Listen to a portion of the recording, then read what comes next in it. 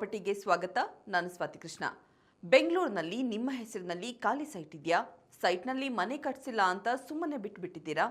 Site ಸುತ್ತ compound ಇಲ್ಲವೇ? ಕಳೆ ಗಿಡಗುಂಟೆ ಬೆಳೆದು ನಿಂತಿದ್ಯಾ?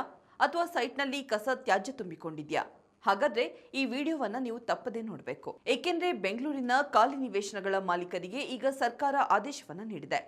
ಸೈಟ್ ಸ್ವಚ್ಛವಾಗಿಡದಿದ್ರೆ ದಂಡ ಹಾಗೂ ತ್ಯಾಜ್ಯ ತೆರವು ವೆಚ್ಚವನ್ನ ಭರಿಸಬೇಕಾಗಬಹುದು. ಅಷ್ಟೇ ಅಲ್ಲ, ಸರ್ಕಾರದಿಂದ ಮಂಜೂರಾದ ಕೆಲವು ನಿವೇಶನಗಳಲ್ಲಿ ನಿಗದಿತ ಅವಧಿಯೊಳಗೆ ಮನೆಯನ್ನ ನಿರ್ಮಿಸುತ್ತಿದ್ದರೆ ಭವಿಷ್ಯದಲ್ಲಿ ಸರ್ಕಾರವೇ ಆ ನಿವೇಶನವನ್ನ ವಾಪಸ್ ಪಡೆಯುವ ವಿಚಾರವೂ ಚರ್ಚೆಯಲ್ಲಿದೆ. ಹಾಗಾದ್ರೆ ಯಾವ ಸೈಟ್ಗೆ ಎಷ್ಟು ದಂಡ, ತ್ಯಾಜ್ಯ ತೆರವುಗೊಳಿಸಲು ಎಷ್ಟು ಹಣ, ಮನೆ ಕಟ್ಟದೆ ಖಾಲಿ ಬಿಟ್ಟಿರುವ ಸೈಟ್ಗಳಿಗೆ ಸರ್ಕಾರದ ನಿಲುವೇನು?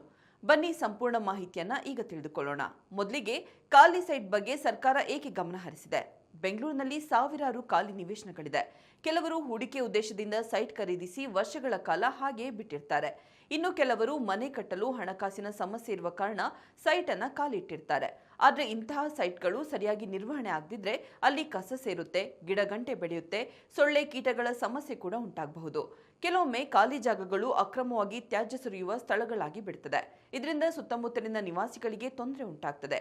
ಈ ಹಿನ್ನೆಲೆಯಲ್ಲಿ ಖಾಲಿ ನಿವೇಶನಗಳ ಮಾಲೀಕರು ತಮ್ಮ ಜಾಗವನ್ನ ಸ್ವಚ್ಛವಾಗಿ ಇಟ್ಕೊಳ್ಬೇಕು ಎಂಬ ಸಂದೇಶವನ್ನ ಸರ್ಕಾರ ನೀಡ್ತಾ ಇದೆ. ಸೈಟ್ ಖಾಲಿ ಇದೆ ಅಂದ್ರೆ ಹಾಗೆ ಬಿಡುವಂತಿಲ್ಲ. ಇಲ್ಲಿ ಒಂದು ವಿಷಯವನ್ನ ಸೈಟ್ ಮಾಲೀಕರು ಮೊದಲು ಅರ್ಥ ಮಾಡಿಕೊಳ್ಬೇಕು. ಸೈಟ್ ನಿಮ್ಮ ಹೆಸರಿನಲ್ಲಿದೆ ಅಂದ್ರೆ ಅದನ್ನ ಹೇಗೆ ಬೇಕಾದ್ರೂ ನಿರ್ವಹಣೆ ಮಾಡಬಹುದು ಎಂದಲ್ಲ. ನಿಮ್ಮ ಜಾಗದಿಂದ ಅಕ್ಕಪಕ್ಕದ ಮನೆಯವರಿಗೆ ತೊಂದರೆ ಆಗಬಾರ್ದು, ರಸ್ತೆಗೆ ಕಸ ಹರಿದು ಬರಬಾರ್ದು, ಸಾರ್ವಜನಿಕ ಜಾಗಕ್ಕೆ ತ್ಯಾಜ್ಯ ಹೋಗಬಾರ್ದು, ಸೊಳ್ಳೆ, ದುರ್ವಾಸನೆ ಅಥವಾ ಇತರ ಆರೋಗ್ಯ ಸಮಸ್ಯೆಗೆ ಇದು ಕಾರಣವಾಗಬಹುದು. ಹೀಗಾಗಿ ಖಾಲಿ ಸೈಟ್ ಇದ್ರೆ ಕನಿಷ್ಠ ಮಟ್ಟದಲ್ಲಿ ತಡೆಗೋಡೆ ಅಥವಾ ಕಾಂಪೌಂಡ್ ವ್ಯವಸ್ಥೆ ಮಾಡುವುದು, ಸೈಟ್ ಸ್ವಚ್ಛವಾಗಿಡುವುದು ಮತ್ತು ತ್ಯಾಜ್ಯ ಸಂಗ್ರಹವಾಗದಂತೆ ನೋಡಿಕೊಳ್ಳುವುದು ಬಹಳ ಮುಖ್ಯವಾಗಿರುತ್ತೆ. ಈಗ ಮುಖ್ಯ ವಿಚಾರ ದಂಡ ಎಷ್ಟು ಅನ್ನೋದು. ನೀವು ನೋಡುತ್ತಿರುವ ಈ ಮೊತ್ತಗಳು ಸೈಟ್ನ ಗಾತ್ರ ಹಾಗೂ ತ್ಯಾಜ್ಯ ತೆರವು ಕಾರ್ಯಕ್ಕೆ ಸಂಬಂಧಿಸಿದಂತೆ ವರದಿಯಾಗಿರುವ ದಂಡ ಮತ್ತು ವೆಚ್ಚದ ಅಂಕಿಅಂಶಗಳಾಗಿದೆ. ಮೊದಲನೇದು, 20x30 ಅಡಿ ಅಳತೆಯ ಸೈಟ್ನಲ್ಲಿ ತಡೆಗೋಡೆ ಇಲ್ಲದಿದ್ರೆ ಸುಮಾರು 6,700 ರೂಪಾಯಿ ದಂಡ ವಿಧಿಸಲಾಗುತ್ತೆ ಎಂದು ವರದಿಯಾಗಿದೆ. ಇದರ ಜೊತೆಗೆ ಸೈಟ್ನಲ್ಲಿ ತ್ಯಾಜ್ಯ ಇದ್ದು ಅದನ್ನು ತೆರವುಗೊಳಿಸಲು ನಗರಾಡಳಿತವೇ ಕ್ರಮ ಕೈಗೊಂಡ್ರೆ ಸುಮಾರು 19,700 ರೂಪಾಯಿಯಷ್ಟು ತ್ಯಾಜ್ಯ ಸಾಗಾಣಿಕಾ ವೆಚ್ಚ ಬರಬಹುದು ಎಂದು ತಿಳಿಸಲಾಗಿದೆ. ಅಂದ್ರೆ ಸೈಟ್ ಸ್ವಚ್ಛವಾಗಿಟ್ಟುಕೊಳ್ಳದೇ ಇದ್ರೆ ದಂಡ ಮಾತ್ರವಲ್ಲ, ತ್ಯಾಜ್ಯ ತೆರವು ವೆಚ್ಚವು ನಿಮ್ಮ ಮೇಲೆ ಬರಬಹುದು. ಇನ್ನು 30x40 ಅಡಿ ಸೈಟ್ ಮಾಲೀಕರು ಗಮನಿಸಿ. ಇಂತಹ ಸೈಟ್ನಲ್ಲಿ ತಡೆಗೋಡೆ ಇಲ್ಲದಿದ್ರೆ ಸುಮಾರು 13,400 ರೂಪಾಯಿ ದಂಡ ಬೀಳಲಿದೆ ಎಂದು ವರದಿಯಾಗಿದೆ. ಇದರ ಜೊತೆಗೆ ತ್ಯಾಜ್ಯ ತೆರವು ಮತ್ತು ಸಾಗಾಣಿಕೆಗೆ ಸುಮಾರು 38,400 ರೂಪಾಯಿ ವೆಚ್ಚ ಬರಬಹುದು ಎಂದು ತಿಳಿಸಲಾಗಿದೆ. ಅಂದ್ರೆ ಸೈಟ್ ಖಾಲಿ ಇದೆ ಎಂದು ವರ್ಷಗಟ್ಟಲೆ ನಿರ್ಲಕ್ಷ್ಯ ಮಾಡಿದ್ರೆ ಸಣ್ಣ ಮೊತ್ತದ ದಂಡ ಎಂದುಕೊಂಡಿದ್ದು ದೊಡ್ಡ ಮೊತ್ತವಾಗಬಹುದು. ಇನ್ನು 30x50 ಅಡಿ ಅಳತೆಯ ಸೈಟ್ ಮಾಲೀಕರು ಇನ್ನಷ್ಟು ಎಚ್ಚರಿಕೆಯನ್ನು ವಹಿಸಬೇಕಾಗುತ್ತೆ. ತಡೆಗೋಡೆ ಇಲ್ಲದಿದ್ರೆ ಸುಮಾರು 16,750 ರೂಪಾಯಿ ದಂಡ ಎಂದು ವರದಿಯಾಗಿದೆ.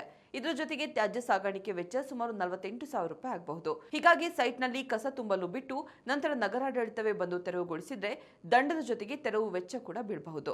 ಆದರೆ ಇಲ್ಲಿ ಒಂದು ಮುಖ್ಯ ವ್ಯತ್ಯಾಸ, ಸೈಟ್ ಮಾಲೀಕರು ಈ ವಿಷಯವನ್ನ ತಪ್ಪಾಗಿ ಅರ್ಥ ಮಾಡಿಕೊಳ್ಬಾರ್ದು. ನನ್ನ ಸೈಟ್ನಲ್ಲಿ ಕಸ ಹಾಕಿದ್ದು ನಾನಲ್ಲ, ಯಾರೋ ಬಂದು ಕಸ ಹಾಕಿದ್ದಾರೆ, ಹಾಗಾದ್ರೆ ನಾನೇಕೆ ದಂಡ ಕಟ್ಟಬೇಕು ಎಂಬ ಪ್ರಶ್ನೆ ಕೂಡ ಬರಬಹುದು. ಆದರೆ ನಿಮ್ಮ ಜಾಗದ ನಿರ್ವಹಣೆ ನಿಮ್ಮ ಜವಾಬ್ದಾರಿ ಆಗಿರುತ್ತೆ.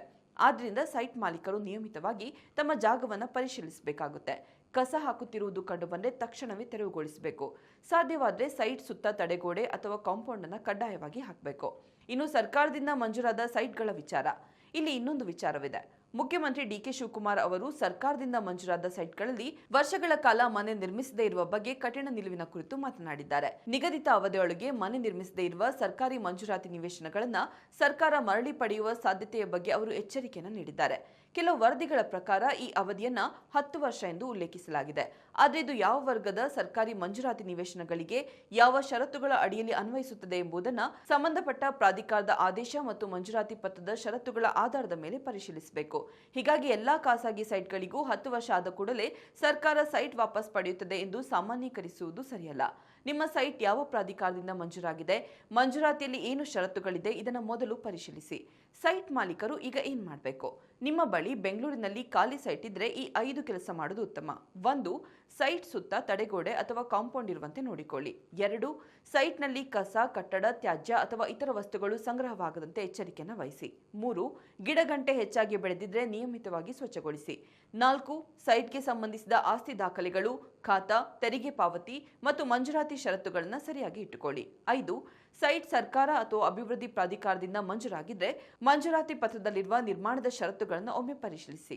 ಒಟ್ಟಾರೆ ಸೈಟ್ ಖರೀದಿಸಿ ಮುಂದೆ ಬೆಲೆ ಏರಿದಾಗ ಮಾರಿ ಬಿಡೋಣ ಎಂದು ವರ್ಷಗಟ್ಟಲೆ ಹಾಗೆ ಬಿಟ್ಟು ಬಿಡುವ ಕಾಲ ಬದಲಾಗ್ತಾ ಇದೆ. ಇನ್ನು ಸೈಟ್ ಖರೀದಿಸಿದ ಮೇಲೆ ಅದನ್ನು ಸರಿಯಾಗಿ ನಿರ್ವಹಿಸುವ ಜವಾಬ್ದಾರಿಯು ಮಾಲೀಕರದ್ದೇ.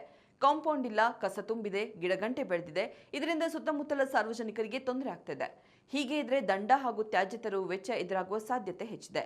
ಆದ್ದರಿಂದ ಬೆಂಗಳೂರಿನಲ್ಲಿ ಖಾಲಿ ಸೈಟ್ ಹೊಂದಿರುವವರು ಈಗಲೇ ನಿಮ್ಮ ಸೈಟ್ ಒಮ್ಮೆ ಪರಿಶೀಲಿಸಿ. ದಂಡ ಬಂದ ನಂತರ ಹಣ ಕಟ್ಟುವುದಕ್ಕಿಂತ ಸೈಟ್ ಅನ್ನು ಮೊದಲೇ ಸ್ವಚ್ಛವಾಗಿ ಇಟ್ಟುಕೊಳ್ಳುವುದೇ ಉತ್ತಮ. ಮತ್ತು ಮುಖ್ಯವಾಗಿ ಸರ್ಕಾರಿ ಮಂಜೂರಾತಿ ಸೈಟ್ ಆಗಿದ್ರೆ ನಿಮ್ಮ ಮಂಜೂರಾತಿ ಪತ್ರದ ಷರತ್ತುಗಳನ್ನು ತಪ್ಪದೆ ಪರಿಶೀಲಿಸಿ. ಸೈಟ್ ಖರೀದಿಸುವುದು ಒಂದು ಜವಾಬ್ದಾರಿ, ಅದನ್ನು ಸರಿಯಾಗಿ ನಿರ್ವಹಿಸುವುದು ಅಷ್ಟೇ ದೊಡ್ಡ ಜವಾಬ್ದಾರಿ. ಇಂತಹ ರಿಯಲ್ ಎಸ್ಟೇಟ್ ಮತ್ತು ಪ್ರಾಪರ್ಟಿ ಸಂಬಂಧಿತ ಪ್ರಮುಖ ಮಾಹಿತಿಗಾಗಿ ವಿಶ್ವವಾಣಿ ಪ್ರಾಪರ್ಟಿ ಚಾನೆಲ್ ಅನ್ನು ಸಬ್ಸ್ಕ್ರೈಬ್ ಮಾಡಿ. ಧನ್ಯವಾದಗಳು.